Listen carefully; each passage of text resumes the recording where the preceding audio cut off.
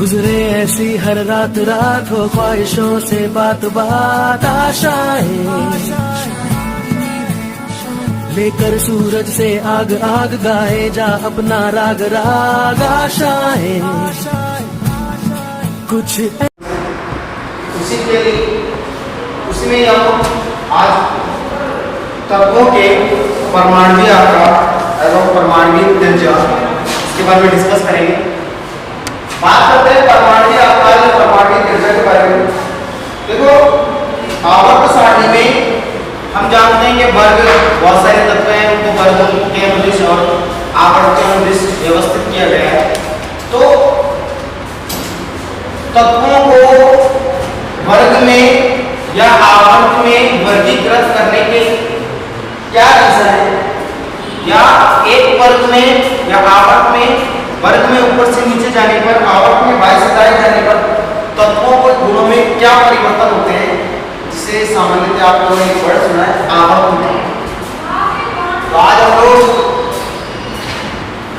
इसका अध्ययन करेंगे परमाणु आकार और परमाणु त्रिज्या। चलो परमाणु त्रिज्या के बारे में पहली तो बात हमें पता हो कि परमाणु त्रिज्या परमाणु आकार कहते किसे हैं, इसके बारे में अध्ययन करते हैं।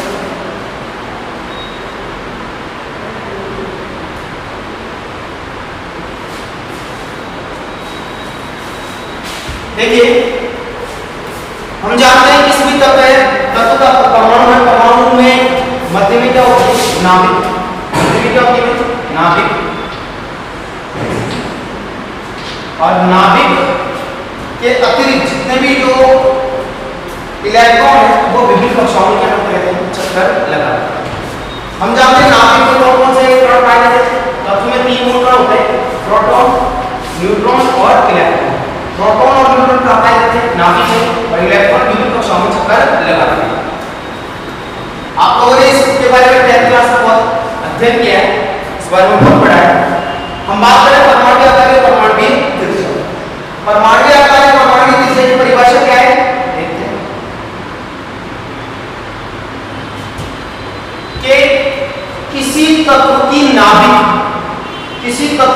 नाभिक से बाह्यतम कोश के मध्य की दूरी, किसी तत्व की नाभिक से बाह्यतम कोश के मध्य की दूरी क्या कहलाती है परमाणु त्रिज्या। क्या कहलाती है परमाणु त्रिज्या। अब आपके दिमाग में कंफ्यूजन पैदा हो रहा होगा कि बाह्यतम कोश का मतलब क्या है, बाह्यतम कोश आशय क्या है। फॉर एग्जांपल मैंने कहा सोडियम एटॉमिक नंबर 11, मैंने कहा लिथियम एटॉमिक नंबर 3, दोनों के लिए कक्षाओं का निर्माण करें।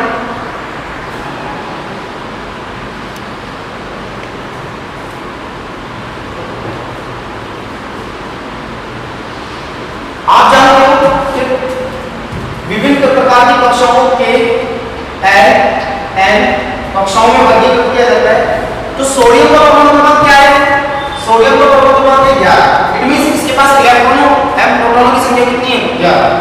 तो हम जानते हैं पहली कक्षा की कक्षा में अधिकतम इलेक्ट्रॉनों की संख्या कितनी होती है 2, एन कक्षा में अधिकतम इलेक्ट्रॉनों की संख्या 8 और एन कक्षा में इलेक्ट्रॉनों की संख्या 18 या 8 होती है, लेकिन हमारे पास बचे कितने 1, 2 और 8 10 और 1 11।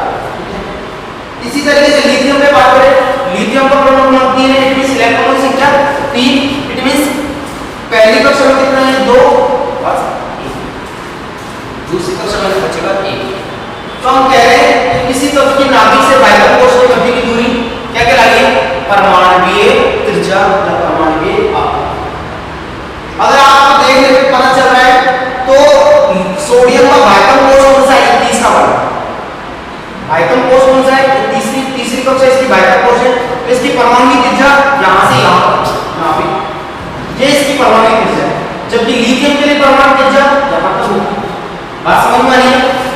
इट मींस हम ये कह रहे हैं बाह्यतम कोश का मतलब समझ में आना चाहिए कि वह कक्षा जिसमें उस तत्व का अंतिम इलेक्ट्रॉन स्थित है। किसी भी तत्व का अंतिम इलेक्ट्रॉन जिस कक्षा में स्थित है वो उसका कौन सा कक्षा कहलाता है बाह्यतम कोश, बाह्यतम कक्षा। बात करें परिभाषा हमने लिखी कि परमाणु आकार परमाणु त्रिज्या किसी तत्व की नाभिक से बाह्यतम कोश के मध्य की दूरी क्या कहलाती है परमाणुीय त्रिज्या। क्या कह रही है? परमाणुीय त्रिज्या। किसी तत्व की नाभिक से बाह्य कोश के मध्य की दूरी परमाणुीय त्रिज्या कहलाती है। अब परमाणुीय त्रिज्या के बारे में कांसेप्ट समझने के लिए पहले तो परिभाषा समझ में आ जानी चाहिए कि किसी भी तत्व की नाभिक से बाह्य कोश के मध्य की दूरी कहलाती है परमाणुीय त्रिज्या, परमाणुीय आकार। अब मैं आप लोगों से एक बात कर लेता हूं कि आवर्ती के बारे में बात कर लेते हैं। आवर्तिता एक वर्ड आएगा मेरे पास, आवर्तिता।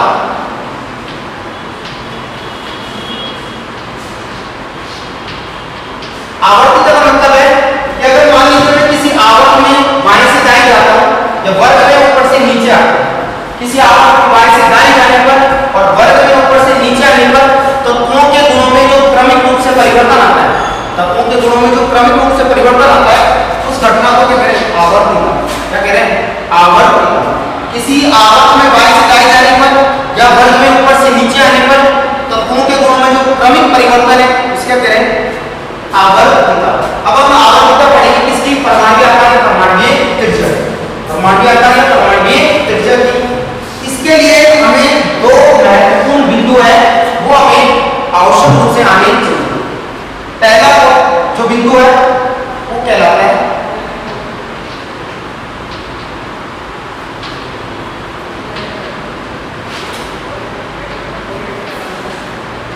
पहला है प्रभावी नाभिकीय आवेश, दूसरा है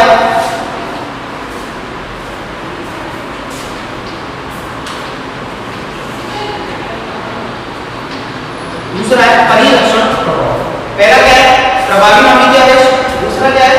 परिरक्षण प्रभाव। ठीक है, देखते हैं प्रभावी नाभिकीय आवेश क्या होता है, परिरक्षण प्रभाव क्या होता है कि दोनों परमाणु आकारों को किस प्रकार से प्रभावित कर रहे हैं। देखिए एक बात समझिए कि हम बात करें जैसे मैं दूसरे आवर्त की बात कर रहा हूं, आवर्त संख्या दूसरे की बात कर रहा हूं।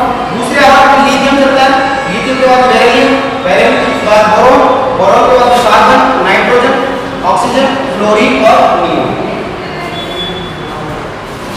बात करें लिथियम का परमाणु क्रमांक 3, 4, बेरिलियम का, बोरोन का 5, कार्बन का 6, नाइट्रोजन का 7, ऑक्सीजन का 8, क्लोरीन का 9 और नियोन का 10। तो आवर्त में बाएं से दाएं जाने पर किसमें वृद्धि हो रही है? परमाणु क्रमांक। इसमें वृद्धि हो रही है परमाणु क्रमांक। इट मींस हम जानते हैं परमाणु क्रमांक का मतलब है नाभिक में प्रोटॉनों की संख्या या इलेक्ट्रॉन, जितने प्रोटॉन उतने ही इलेक्ट्रॉन। परमाणु क्रमांक का मतलब प्रोटॉनों की संख्या और जितने प्रोटॉन होते हैं उतने ही इलेक्ट्रॉन होते हैं। तो इसका मतलब आपको बात में समझ में आनी चाहिए कि आवर्त में बाएं से दाएं जाने पर परमाणु क्रमांक में वृद्धि हो रही है। इट मींस नाभिक में प्रोटॉनों की संख्या बढ़ रही है, घट रही है? बढ़ रही है। नाभिक में किसकी संख्या बढ़ रही है? प्रोटॉनों की संख्या। इसी में हम आगे बात करें कि नाभिक में प्रोटॉनों की संख्या बढ़ रही है। एक बात समझिए कि भाई अगर पॉजिटिव और पॉजिटिव चार्ज है मींस समान आवेश है तो उनके मध्य होता है प्रतिकर्षण। क्या होता है? प्रतिकर्षण। समान आवेश के मध्य क्या होता है? प्रतिकर्षण। और विपरीत आवेश प्लस और माइनस के मध्य क्या होता है? आकर्षण। समान आवेश होते हैं उनके मध्य क्या होता है? प्रतिकर्षण। सॉरी, समान आवेश होता है उनके मध्य होता है प्रतिकर्षण और विपरीत आवेश होता है उनके मध्य आकर्षण। तो अब मुझे एक बात बताइए, क्या हम आवर्त में बाएं से दाएं जा रहे हैं तो प्रोटॉनों की संख्या बढ़ रही है? बढ़ रही है, बढ़ रही है। नाभिक में प्रोटॉनों की संख्या बढ़ रही है और उसी संख्या में इलेक्ट्रॉनों की संख्या कक्षा में भी बढ़ रही है। तो एक बात समझिए कि मान लीजिए यहाँ पर 3 प्रोटॉन है और यहाँ पर 3 इलेक्ट्रॉन, ये दोनों एक दूसरे को आकर्षित करेंगे, प्रतिकर्षित आकर्षित करेंगे, क्योंकि प्रोटॉन पर आवेश है धनावेश और इलेक्ट्रॉन पर है ऋणावेश। इसी तरीके से मैं बात करूं कि यहाँ मान लीजिए 10 प्रोटॉन है और 10 इलेक्ट्रॉन, प्लस का मान पहले के सापेक्ष बढ़ जाएगा, घट गया? पहले प्रोटॉन कितने थे? 3, अब प्रोटॉन कितने हैं? 10। तो जितने ज्यादा प्रोटॉन होंगे उतना ही प्लस का मान बढ़ेगा, जितने ज्यादा इलेक्ट्रॉन होंगे उतना ही माइनस का मान या ऋणावेश का मान बढ़ेगा। तो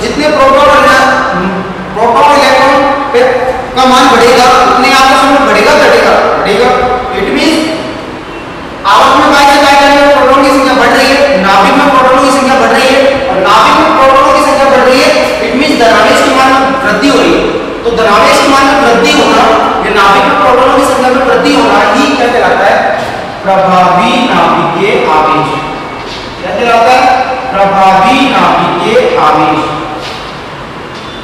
नाभिक में प्रोटॉनों की संख्या बढ़ने पर नाभिक में हम जानते हैं आवर्त में वायु सदा देने पर परमाणु परमाणु में वृद्धि हो रही है।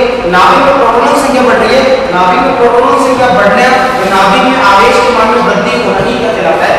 प्रभावी नाभिकीय आवेश।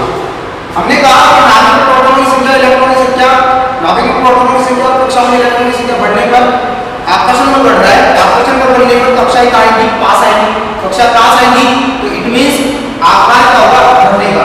तो अब याद रखेंगे आवर्त में वायु सदा जाने पर परमाणु क्रमांक बढ़ता है। आवर्त में वायु सदा जाने पर परमाणु क्रमांक क्या होता है? बढ़ता है। परमाणु क्रमांक बढ़ने के कारण नाभिक में प्रोटॉनों की संख्या क्या हो रही है? बढ़ रही है। नाभिक में प्रोटॉनों की संख्या बढ़ रही है तो प्रभावी नाभिकीय आवेश भी क्या हो रहा है? बढ़ रहा है। प्रभावी नाभिकीय आवेश बढ़ रहा है, इलेक्ट्रॉन और नाभिक के मध्य आकर्षण बल बढ़ रहा है, बढ़ रहा है। कक्षाएं कहां रही है? पास में। अतः परमाणु आकार क्या होगा? घटेगा। अतः परमाणु आकार क्या होगा? घटेगा। तो सीधी सी बात, आवर्त में वायु सदा जाने पर परमाणु क्रमांक में वृद्धि हो रही है। परमाणु क्रमांक में वृद्धि होने के कारण इलेक्ट्रॉन और प्रोटॉन के मध्य आकर्षण बढ़ रहा है, इट मींस आकार घटता है। सीधी सी बात, आवर्त में वायु सदा जाने पर परमाणु के आकार घटते हैं। मैं दूसरे आवर्त की बात करूं तो आवर्त में वायु सदा जाने पर परमाणु के आकार घट रहे हैं, इट मींस दूसरे आवर्त में सबसे छोटा परमाणु के आकार किसका होगा? नियॉन का। सबसे छोटा परमाणु के आकार किसका होगा? नियॉन का। और सबसे बड़ा परमाणु के आकार किसका होगा? लिथियम का। फिर बात आती है परमाणु आकार। परमाणु आकार कब बढ़ता है? जब प्रभावी नाभिकीय आवेश बढ़ता है। तो अगर मैं कहना चाहूं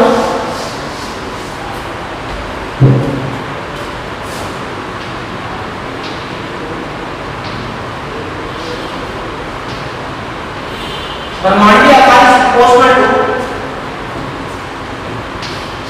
1 अपॉन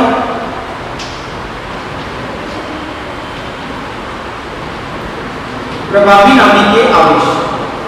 क्यों? कि नाभिकीय आवेश बढ़ेगा तो परमाणु आकार घटेगा, अरे परमाणु आकार बढ़ेगा तो नाभिकीय आवेश घटेगा। एक दूसरे के व्युत्क्रम है। तो परमाणु आकार को, प्रभावी नाभिकीय आवेश को कभी-कभी जेड इफेक्ट भी कहते हैं। क्या कहते हैं? Z effect. प्रभावी नाभिकीय आवेश को क्या कहा जाता है? Z effect. It means Z effect means प्रभावी नाभिकीय आवेश बढ़ेगा, परमाणु आकार घटेगा, परमाणु आकार घटेगा, प्रभावी नाभिकीय आवेश भी बढ़ेगा। याद रखेंगे, हमें इतना सा याद रखना, आवर्त में वायु सदा जाने पर परमाणु आकार क्या होते हैं? घटते हैं। सबसे दूसरे आवर्त का सबसे छोटा परमाणु आकार नियॉन और सबसे बड़ा परमाणु आकार लिथियम। बात क्लियर है क्या? अगर आपसे क्वेश्चन पूछा जाए कि भाई इन तत्वों में सबसे, इन तत्वों का घटता क्रम, परमाणु आकार का घटता क्रम लिखिए तो सबसे बड़ा आकार किसका? बोरॉन का, फिर इसके बाद कार्बन का, फिर इसके बाद नाइट्रोजन का, इसके बाद ऑक्सीजन का, इसके बाद फ्लोरीन का। सबसे छोटा परमाणु आकार किसका होगा? नियॉन। छोटा परमाणु आकार किसका होगा? नियॉन का। तो बात क्लियर है। आवर्त में वायु सदा जाने पर परमाणु आकार क्या होते हैं? घटते हैं। आवर्त में वायु सदा जाने पर परमाणु आकार क्या होते हैं? घटते हैं। चलो नेक्स्ट। तो प्रभावी नाभिकीय आवेश परमाणु आकार का क्या होगा? व्युत्क्रमानुपात। परमाणु क्रमांक बढ़ेगा तो भी परमाणु आकार क्या होगा? घटेगा। ये तो हम बात, ये हमने परमाणु आकार के बारे में बात की आवर्त के अनुदिश। मैं अब बात कर रहा हूं वर्ग के अनुदिश।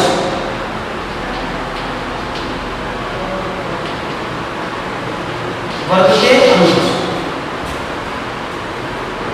वर्ग के अनुदिश जैसे मैं पहले वर्ग की बात कर रहा हूं, hydrogen, lithium, sodium, potassium, rubidium, caesium और फ्रांस।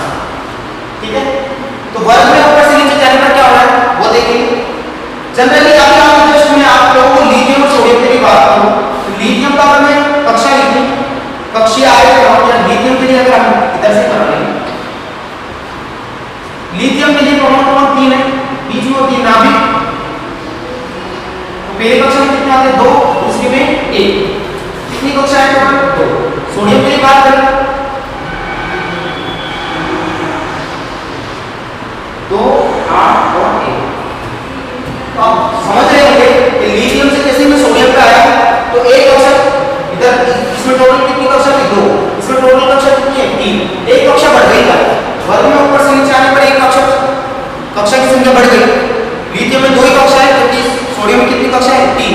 तो हम जान रहे हैं, समझ में आ रहा है कि वर्ग में ऊपर से नीचे आने पर कक्षाओं ये है, कक्षाओं को आपने बढ़ता है कोषों, कक्षाओं को क्या कहा जाता है? कोषों।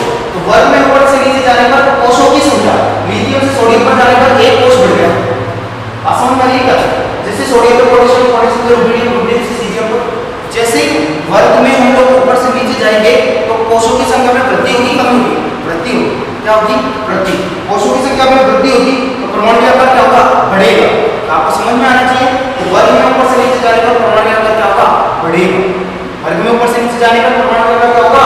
बढ़ेगा। जबकि आवर्त में बाहर से दाएं जाने पर परमाणु आकार घटेगा। समझ में आ रहा है क्या? बिल्कुल।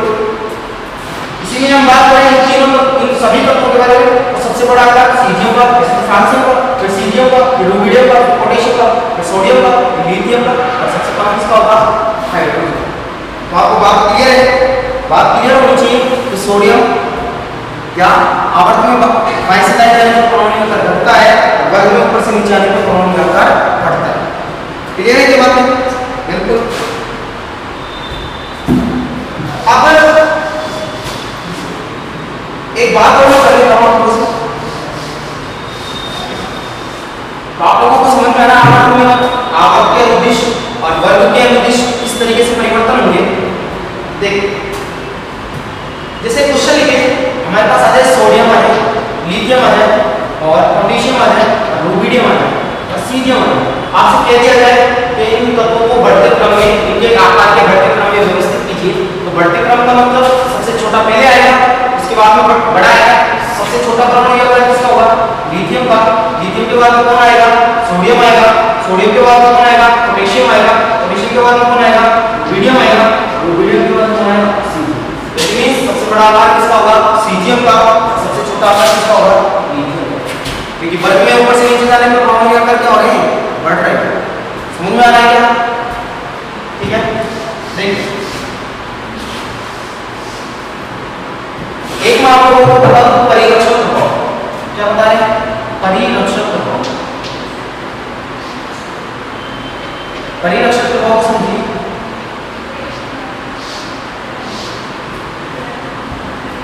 परिलक्षण प्रभाव क्या होता है?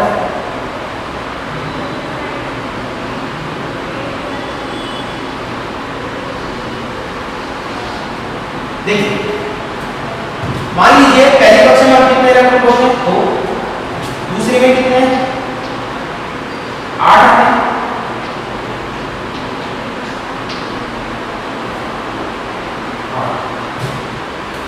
इसमें मैंने लिखा क्लोरीन, एटॉमिक नंबर 17। पहली कक्षा में 2, दूसरी में 8, तीसरी में 7।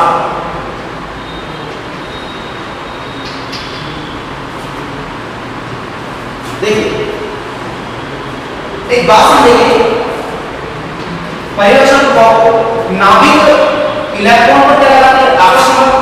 नाभिक क्या करती है? इलेक्ट्रॉन पर क्या करती है? अपने आकर्षण पर लगाती है। आकर्षण पर लगाती है तो नाभिक इलेक्ट्रॉन को अपनी ओर खींचेगी, क्योंकि नाभिक कैसे है? धनावेश, और इलेक्ट्रॉन कैसा है? ऋणावेश। अब एक बात समझिए कि जैसे मैं इस पर इलेक्ट्रॉन, नाभिक इस इलेक्ट्रॉन पर आकर्षण पर लगा रहा है, लेकिन इस इलेक्ट्रॉन के जस्ट पीछे ये इलेक्ट्रॉन है, तो मुझे एक बताओ, नाभिक ये इलेक्ट्रॉन है, ये इलेक्ट्रॉन इस इलेक्ट्रॉन पर नाभिक का आकर्षण लग रहा है, लेकिन ये इलेक्ट्रॉन इस वाले इलेक्ट्रॉन को नाभिक से सुरक्षा प्रदान कर रहा है, नाभिक के आकर्षण से सुरक्षा प्रदान कर रहा है। सपोज दैट यहाँ पर ये नाभिक है, यहाँ पर एक कोई इलेक्ट्रॉन है। समझिए इस बात को कि ये एक नाभिक है, यहाँ पर कोई इलेक्ट्रॉन है, और सपोज कीजिए इसके जस्ट पीछे एक इलेक्ट्रॉन, तो नाभिक का आकर्षण इस पर तो लगेगा, लेकिन इसके जस्ट पीछे वाले पर कम लगेगा। कम लगेगा ना? क्यों? क्योंकि ये इलेक्ट्रॉन इस इलेक्ट्रॉन की नाभिक के आकर्षण बल से क्या कर रहा है? सुरक्षा प्रदान कर रहा है। अगर ना इसके पीछे, जैसे इस वाले इलेक्ट्रॉन पर तो नाभिक का आकर्षण लग रहा है, लेकिन इस पर नहीं लग रहा है, तो ये वाला इलेक्ट्रॉन इस वाले इलेक्ट्रॉन को नाभिक के आकर्षण बल से क्या कर रहा है? सुरक्षा प्रदान कर रहा है। तो सीधी सी बात कि निम्न कक्षा के इलेक्ट्रॉन, ये निम्न कक्षा का इलेक्ट्रॉन है, और ये कौन सा है? उच्च कक्षा का इलेक्ट्रॉन। तो निम्न कक्षा का इलेक्ट्रॉन उच्च कक्षा के इलेक्ट्रॉनों को नाभिक के आकर्षण बल से क्या करता है? सुरक्षा प्रदान करता है, और इस सुरक्षा को ही हम क्या कहते हैं? परिलक्षण प्रभाव। क्या कहते हैं? परिलक्षण प्रभाव। प्रभाव वापस सुन लीजिए। परिरक्षण प्रभाव क्या होगा कि निम्न कक्षा के इलेक्ट्रॉन उच्च कक्षा के इलेक्ट्रॉनों को नाभिकीय आकर्षण बल से क्या प्रदान करते हैं, सुरक्षा प्रदान करते हैं, और इस सुरक्षा को ही क्या कह रहे हैं, परिरक्षण प्रभाव। दो वर्ड आएगा हमारे पास, प्रभावी नाभिकीय आवेश और परिरक्षण प्रभाव, दोनों समझ में आना चाहिए।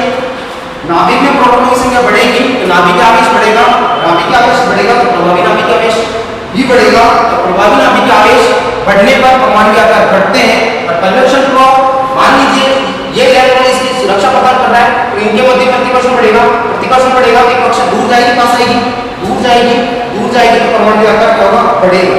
सीधी सी बात, प्रभावी नाभिकीय आवेश बढ़ेगा, परमाणु आकार घटेगा, और अगर परिरक्षण प्रभाव बढ़ेगा तो परमाणु आकार बढ़ेगा। प्रभावी नाभिकीय आवेश बढ़ेगा, परमाणु आकार क्या होते हैं, घटते हैं। परिरक्षण प्रभाव बढ़ता है, परमाणु आकार बढ़ते हैं। क्लियर बात। आवर्त में 22 सतह जाने पर परमाणु क्रमांक बढ़ रहा है, प्रभावी नाभिकीय आवेश बढ़ रहा है, परमाणु आकार घटता है। वर्ग में ऊपर से नीचे आने पर कोशों की संख्या में वृद्धि हो रही है, परिरक्षण प्रभाव के मान में वृद्धि हो रही है। इट मींस नाभिकीय, इट मींस नाभिक से इलेक्ट्रॉन की दूरी बढ़ती जा रही है, अतः वर्ग में ऊपर से नीचे आने पर परमाणु आकार बढ़ते हैं। इलेक्ट्रॉन कितने लेंगे, 10। प्रोटॉन की संख्या इलेक्ट्रॉन के सापेक्ष क्या हुई, बढ़ गई। प्रोटॉनों की संख्या इलेक्ट्रॉन के सापेक्ष क्या हुई, बढ़ गई। तो अब सुनिए भैया, पहले तो जो त्रिज्या है वो यहाँ तक आएगी, तीसरे कोश में, लेकिन अब जो त्रिज्या है वो यहीं पे जाएगी। बाह्यतम कोश क्या हो गया, खत्म। बाह्यतम कोश क्या हो गया, खत्म। तो बाह्यतम कोश अगर खत्म हो गया तो पहली बात ये परमाणु की त्रिज्या है और ये धनायन की त्रिज्या है, दोनों की परिभाषा करें, नाभिक से बाह्यतम कोश की दूरी, नाभिक से बाह्यतम कोश तो रहा ही नहीं वाला, इसमें इलेक्ट्रॉन ही नहीं, तो बाह्यतम कोश कौन सा रहेगा, ये। तो नाभिक से बाह्यतम कोश की दूरी क्या कहला रही है, आयनिक त्रिज्या। किसी धनायन की नाभिक से बाह्यतम कोश की मध्य की दूरी क्या कहला रही है, धनायनिक त्रिज्या। अब आपको समझ में आना चाहिए ये त्रिज्या किसकी बड़ी है, इसकी नजर आई है, सोडियम की नजर आई होगी परमाणु अवस्था में, आयनिक अवस्था में तो उसकी त्रिज्या कैसी हो गई, छोटी हो गई। तो 100% यही होता है कि परमाणु की त्रिज्या बड़ी होती है और धनायनिक त्रिज्या क्या होती है, छोटी होती है। परमाणु की त्रिज्या का आकार बड़ा होता है और धनायनिक त्रिज्या का आकार कैसा होता है, छोटा।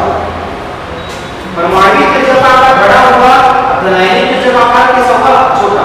उसका रीजन आपको समझ में आना चाहिए कि एक उसका कोशिका बन गया, जो धनायन परमाणु, जिस परमाणु ने धनायन का निर्माण किया है उसका बाह्यतम कोश क्या हो चुका है, खत्म हो चुका, एक कोश खत्म हो चुका। सोडियम में कितने कोश बन रहे हैं, 1 2 3, जबकि सोडियम प्लस में कितने कोश बन रहे हैं, 1 और 2, 1 और 2। समझ में आना चाहिए कि धनायन की त्रिज्या परमाणु की त्रिज्या से हमेशा कैसे रहेगी, छोटी रहेगी। इसी में एक और बात करें कि भाई प्रोटॉनों की संख्या इलेक्ट्रॉन के सापेक्ष बढ़ रही है। यहाँ पर प्रोटॉनों की संख्या, यहाँ पर प्रोटॉन भी कितने बेटा, 11, इलेक्ट्रॉन भी कितने, 11। प्रोटॉन और इलेक्ट्रॉनों की संख्या क्या थी, समान। प्रोटॉन और इलेक्ट्रॉन की संख्या क्या थी, समान। लेकिन यहाँ पर जब देखें प्रोटॉनों की संख्या 11 है और इलेक्ट्रॉन की संख्या कितनी है, 10। प्रोटॉन की संख्या इलेक्ट्रॉन की संख्या के सापेक्ष क्या हुई, बढ़ गई। इट मींस नाभिक का आकर्षण बल इलेक्ट्रॉनों पर क्या लग रहा है, ज्यादा। नाभिक का इलेक्ट्रॉन पर आकर्षण क्या लग रहा है, ज्यादा। जब इलेक्ट्रॉन नाभिक का इलेक्ट्रॉन पर आकर्षण ज्यादा लगेगा तो कक्षा पास आएंगे कि दूर जाएंगे, पास आएंगे। जनरली नाभिक इलेक्ट्रॉन को अधिक आकर्षण से कहते हैं, जब कक्षाएं पास आएंगी तो त्रिज्या घटनी चाहिए, बढ़नी चाहिए, घटनी चाहिए। इट मींस धनायन की त्रिज्या अपने मूल परमाणु से, धनायन की त्रिज्या अपने मूल परमाणु से कैसी होती है, छोटी होती है। कैसी होती है, छोटी होती है। इसी में मैं एक और एग्जांपल ले लेता हूँ। इसमें मैंने मैग्नीशियम लिया और हम जानते हैं मैग्नीशियम क्या बनाता है, प्लस।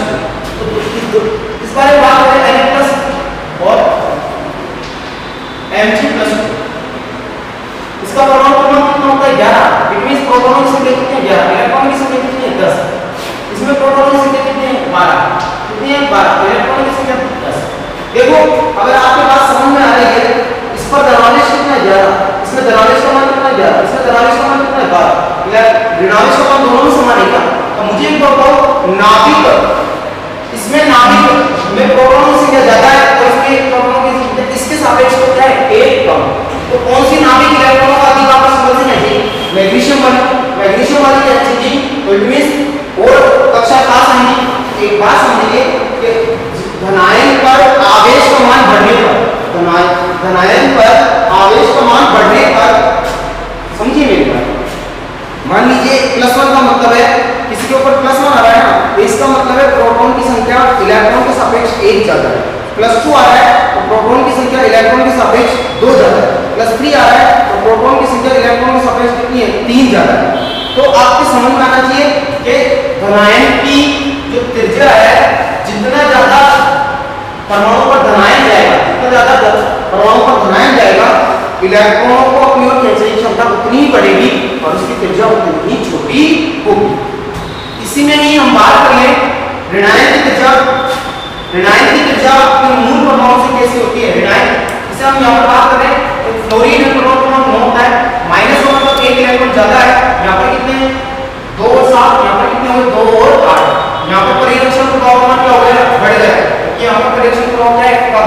परिरक्षण प्रभाव मान बढ़ गया तो ये कक्षाएं एक दूसरे से प्रतिकर्षित करेगी, तो सीधी सी बात कक्षा दूर जाएगी तो परमाणु नंबर बढ़ेगा। तो आपको दिमाग लगाना चाहिए धनायन की त्रिज्या अपने मूल परमाणु से कैसे होती है? छोटी, अर्थात परमाणु की त्रिज्या बड़ी होती है और धनायन की त्रिज्या छोटी होती है। धनायन का मान जितना ज्यादा होगा उतनी ही त्रिज्या छोटी होगी। ऋणायन की त्रिज्या अपने मूल परमाणु से कैसे होती है? बड़ी होती है। जितना ज्यादा ऋणायन का मान होगा उसकी त्रिज्या उतनी ही बड़ी होती जाएगी। क्लियर? चलो, गुजरे ऐसी हर रात रात हो ख्वाहिशों से बात आशाएं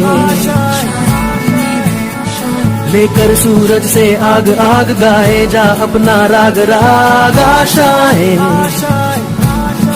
कुछ ऐसा करके दिखा खुद खुश हो।